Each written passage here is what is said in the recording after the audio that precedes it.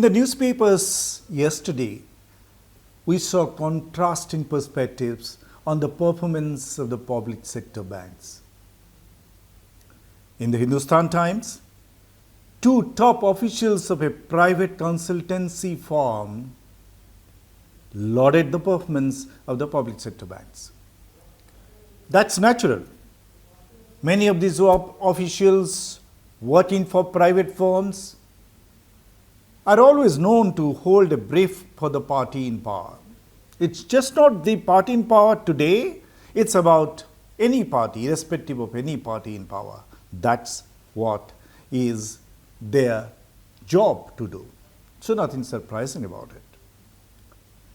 These officials quoted excellent performance of the public sector banks in the last one quarter. And to reinforce that point, they wrote, if we take a 3-year view, the improvement in performance of our public sector banks become even more stark. A loss of around 92,000 crore in FY19 has turned into a profit of 93,000 crore in FY 2022. How did this miracle come about? This worthy gentleman wrote, this happened as a result of great policy initiatives of the Government of India and equally robust transformation initiatives by individual banks. Great commendation certificate from a private firm officials for the public sector banks. These banks and their controlling authority, the Government of India, should be proud of these cheerleaders. But look at another story in the Indian Express yesterday. It's a story based on an RTI report, and it takes the shine out of the halo in which the public sector banks are wallowing today, largely due to the apologists that have mushroomed in our country. The Indian Express report tells us that these public sector banks, which the private officials lauded in the Hindustan Times report yesterday, they have written off 10 lakh crore of the taxpayers' money in last 5 years. What does that mean? It means the direct tax that you and I pay and the indirect tax that you and I and the poorest of the poor pay. Out of that money, 10 lakh crore have gone to the pockets of the corporate houses, and that will never be returned. Thanks to the conspiracy of the public sector banks and their controlling authority, the Government of India, as they have together decided to waive that loan. Mind you, small borrowers like you and me, who may borrow 1 lakh, 5 lakh, 10 lakh or 20 lakh, will be hauled up in the public square. Our property will be confiscated if we fail to return the money on time. But big business houses who borrow thousands of crores of public money are let off, no questions asked.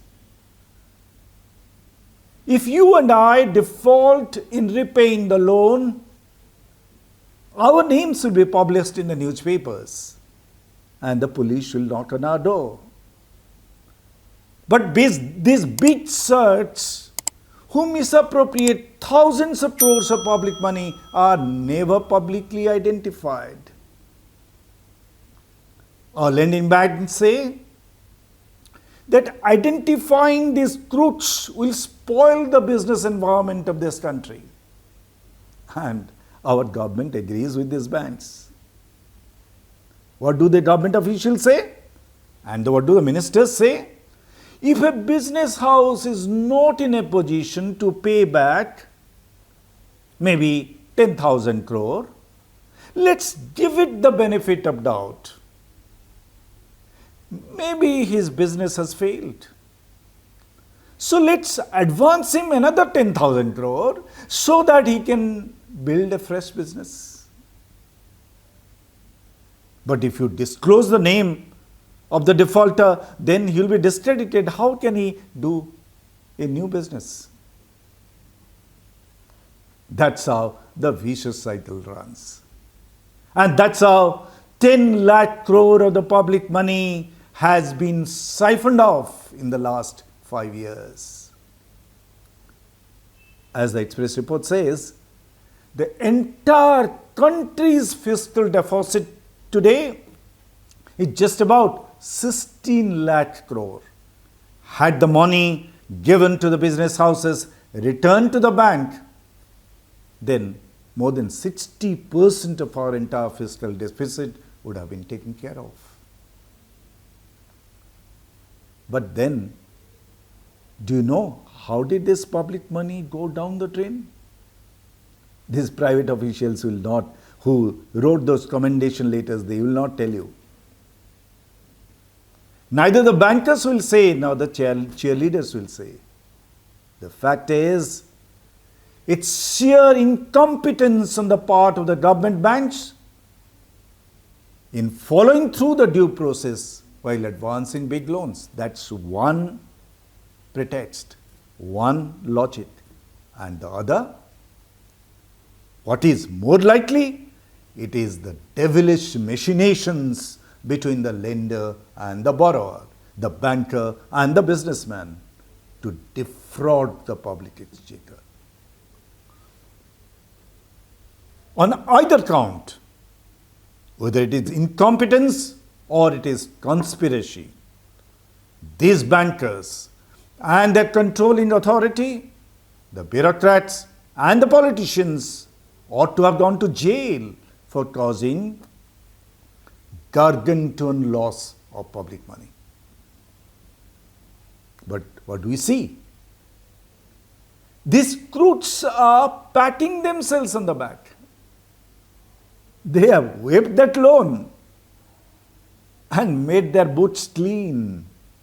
And now they're claiming that they have reduced the NPAs, non-performing assets, by half. Can you see? All these bank chairmen and bank chairwomen going around and telling proudly, we have reduced our NPA. But they're not saying how. These swindlers have achieved this feat by waiving the loan, not by recovering it. Well, the crooks will of course pat themselves in the back. And many of these private firms who have a vested interest in defending the corrupt businessmen, corrupt bankers and their equally corrupt political masters